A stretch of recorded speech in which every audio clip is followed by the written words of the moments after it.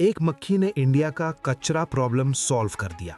सच में यार, एक कानपुर के बंदे ने एक ऐसी मक्खी की फार्मिंग शुरू की जिसके लावे यानी छोटे छोटे कीड़े आपके घर का, रेस्टोरेंट का, मंडी का सड़ा हुआ ऑर्गेनिक कचरा खा जाते हैं 3 घंटे में।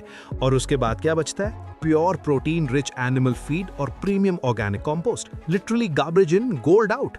और यार, इस काम के लिए उसे प्रेसिडेंट द्रौपदी मुर्मू ने हाथ से अवार्ड दिया। एक मक्खी पाल के बेस्ट स्टार्टअप अवार्ड। इंडिया में सब पॉसिबल है। रुको, पहले एक सेकंड के लिए सोचो, क्या होगा अगर आपकी बिल्डिंग के नीचे का कचरा घर जो हर सुबह सीना फुलाए स्टिंक करता है वो एक रात में प्रोसेस हो जाए? क्या होगा अगर पोल्ट्री फार्म्स को जो फिश मील और सोया मील के लिए लाखों रुपए खर्चे करने पड़ते हैं वो सब एक इंसेक्ट से रिप्लेस हो जाए? क्या होगा अगर आपके शहर का म्युनिसिपल वेस्ट जो अभी लैंडफिल्स में मीथेन गैस बन के हवा में घुल रहा है वो सीधा प्रोटीन फैक्ट्री में कन्वर्ट हो? क्या होगा अगर इंडिया का वो 62 मिलियन टन का सवाल, जितने में पूरी जर्मनी को 3 बार ढका जा सके, एक बायोलॉजिकल सॉल्यूशन से हैंडल हो? और क्या होगा अगर वो सॉल्यूशन आपके हिसाब से सिर्फ एक छोटी सी मक्खी हो? रुको, बताता हूं। पहले ये समझो कि प्रॉब्लम कितनी बड़ी है, क्योंकि यार जब ने फिगर्स पढ़ा तो मुझे खुद विश्वास नहीं हुआ। नीति आयोग की रिपोर्ट के मुताबिक अर्बन इंडिया में हर रोज 1,60,000 tonne municipal solid waste generate होता है। मतलब 1,60,000 टन रोज।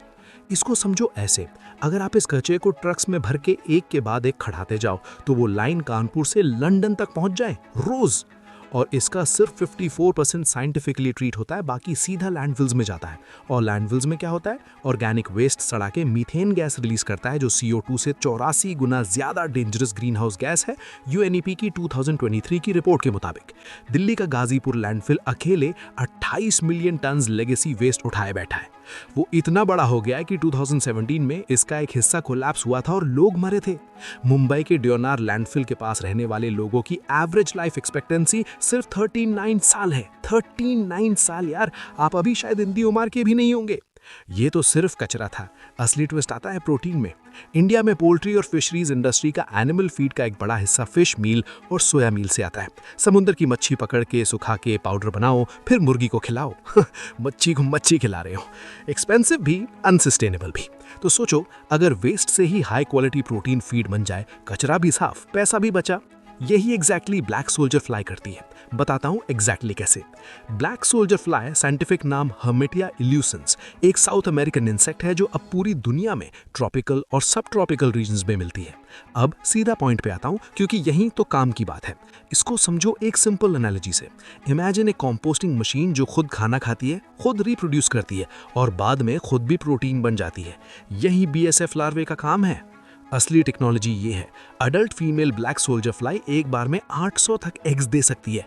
ये एग्स हैच होते हैं लावे में, छोटे छोटे ऑफ वाइट कलर के कीड़े करीब 2 से 3 सेंटीमीटर के, बिल्कुल मैक्रोनी के साइज के। सोचो, ये लावे सिर्फ 2 हफ्ते तक एक्टिव रहते हैं और इन 2 हफ्तों में ये अपने बॉडी वेट से 4 गुना कचरा खा जाते हैं। चीनी नहीं, कुछ भी। वेजिटेबल वेस्ट, दाल का छिलका, लेफ्ट ओवर रोटी, poultry manure, fish processing waste, literally कुछ भी ऑर्गेनिक। और ये कचरा कंज्यूम करते वक्त इसमें से कार्बन रिमूव होता है, हार्मफुल पैथोजेंस डिस्ट्रॉय होते हैं। स्प्रिंगर नेचर की 2024 की रिसर्च के मुताबिक BSF बायो कन्वर्जन में पैथोजेंस और antibiotic resistance genes significantly reduce हो जाते हैं। और जो बचता है वो होता है प्रीमियम ऑर्गेनिक कंपोस्ट, जिसमें नाइट्रोजन, फास्फोरस और पोटेशियम नेचुरली प्रेजेंट है। और लावे खुद क्या, उन्हें हार्वेस्ट करो, वो 40 से 60% क्रूड प्रोटीन कंटेन करते हैं, फिश मील के बराबर या ज्यादा। पोल्ट्री के लिए, फिश फार्म्स के लिए, पिग्स के लिए perfect feed. 1 tonne organic waste में से क्या मिलता है इंसेक्ट फार्म के प्रोसेस से? अनूप के मुताबिक 120 किलोग्राम लाइव लावे निकलता है, मतलब सीधा एनिमल फीड, और 100 किलोग्राम इंसेक्ट रेजिड्यू कंपोस्ट जो सॉइल क्वालिटी और प्लांट इम्यूनिटी दोनों इंप्रूव करता है। 1 टन कचरा अंदर, प्रोटीन फैक्ट्री बाहर। इससे बेटर सर्कुलर इकोनॉमी क्या होगी यार। अब अनूप की स्टोरी बताता हूँ। और यार, ये वो वाला फाउंडर स्टोरी नहीं है जहां IIT से बड़ा हुआ जीनियस स्टार्टअप लॉन्च करता है और फंडिंग मिल जाती है। ये एक्चुअल लाइफ है। अनूप एक मल्टीनेशनल कंपनी में काम करते थे, good job, salary, settle life, 2019 तक। तब उन्होंने MNC छोड़ी। एग्जैक्टली क्यों? क्योंकि एक चीज उन्हें चैन नहीं लेने देती थी, इंडिया का वेस्ट प्रॉब्लम। वो एक्सप्लोर करने लगे वेस्ट मैनेजमेंट अपॉर्चुनिटीज। इसी दौरान उन्हें पता चला कि वेल्लोर की म्युनिसिपल अथॉरिटीज एक प्रपोजल लाए थे, इनोवेटिव वेस्ट डिस्पोजल सॉल्यूशंस चाहिए थे। अनूप ने IIT कानपुर के एक्सपर्ट से कंसल्ट किया, इंसेक्ट बेस्ड कंपोस्टिंग के बारे में ज्ञान बढ़ाया और एक मॉडल बनाया। मॉडल अप्रूव हुआ। फिर वेल्लोर में कंपनी एस्टैब्लिश की, black soldier fly breeding centre setup किया और वहां से शुरुआत हुई। लेकिन यार, शुरुआत का मतलब सक्सेस नहीं होता। सोचो एक सेकंड, आप एमएनसी छोड़ चुके हैं, आप एक ऐसी टेक्नोलॉजी पे काम कर रहे हैं जिसे इंडिया में कोई सीरियसली नहीं लेता। लिटरली लोगों को बोल रहे हो कि मक्खी पाल के कचरा साफ करूंगा और प्रोटीन बनाता हूं। लोगों के रिएक्शन सोचो, इन्वेस्टर्स का स्केप्टिसिज्म सोचो, फैमिली का ये क्या कर रहा है वाला लुक सोचो, और फिर ऊपर से एक स्टेट में काम शुरू किया, ऑपरेशन स्टेबलाइज करने की कोशिश कर रहे हो, फंडिंग भी नहीं है, इंफ्रास्ट्रक्चर बना नहीं है, स्केलिंग का प्रेशर है। यही वो मोमेंट था जब बहुत से फाउंडर्स बंद कर देते। एक अच्छा जॉब छोड़ी थी सबके लिए लेकिन अनूप ने नहीं छोड़ा, क्योंकि इन्हें पता था टेक्नोलॉजी काम करती है। आईआईटी कानपुर ने उन्हें इंक्यूबेशन एंड इनोवेशन सेंटर में जगह दी। रफली 12.5 लाख रुपए आईआईटी कानपुर से मिले और बाकी सोर्सेज से एडिशनल फंडिंग आई। टोटल 30 लाख से ज्यादा। फैकल्टी मेंबर्स टेक्निकल गाइडेंस देते रहे। धीरे धीरे ऑपरेशन स्टेबल हुए। तमिलनाडु के कई शहर में काम शुरू हुआ, वेल्लोर से चेन्नई तक। और आज क्या, इंसेक्ट फार्म रोज 3000 किलो ऑर्गेनिक वेस्ट प्रोसेस करता है। मतलब 3000 किलो एक दिन में। 3 सुमो रेसलर्स के वेट का रफली 30 टाइम्स रोज। और वो एक्सपेंशन कर रहे हैं। आंध्र प्रदेश में नए सिटीज में इंसेक्ट बेस्ड वेस्ट मैनेजमेंट लाने का प्लान है।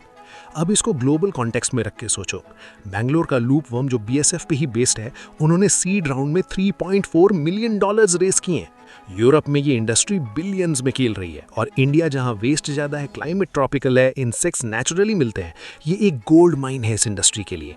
सीपीसीबी की 2024 की प्रोजेक्शंस के मुताबिक सिर्फ वेस्ट मैनेजमेंट सेक्टर से ₹2500 करोड़ का मटेरियल एनुअली रिकवर हो सकता है। और एनवायरनमेंट के लिए बीएसएफ बायो कन्वर्जन में CO2 एमिशंस सिर्फ 12 से 17 किलोग्राम पर टन होती हैं। ट्रेडिशनल कंपोस्टिंग से लिटरली 10 गुना कम।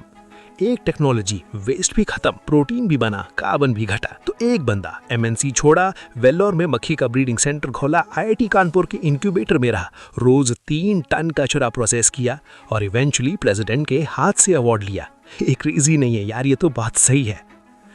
अब सीधा आपसे पूछना चाहता हूँ, आपके घर के नीचे का डस्टबिन या कॉलोनी का कचरा डंप, क्या आपने कभी सोचा था कि वो चीज़ किसी की इनकम का जरिया बन सकती है? कमेंट में बताओ। और ये भी बताओ कि क्या बीएसएफ जैसी इंसेक्ट फार्मिंग इंडिया में मेन स्ट्रीम होनी चाहिए? दोनों साइड सुनना चाहता हूँ। अगर ये वीडियो यूजफुल लगी तो लाइक करो, सब्सक्राइब करो, अपने उस दोस्त को शेयर करो जो अक्सर पोल्यूशन और वेस्ट प्रॉब्लम पे बातें करता है। उसका दिमाग हिलेगा ये सुन के। थैंक यू जी, बाय बाय।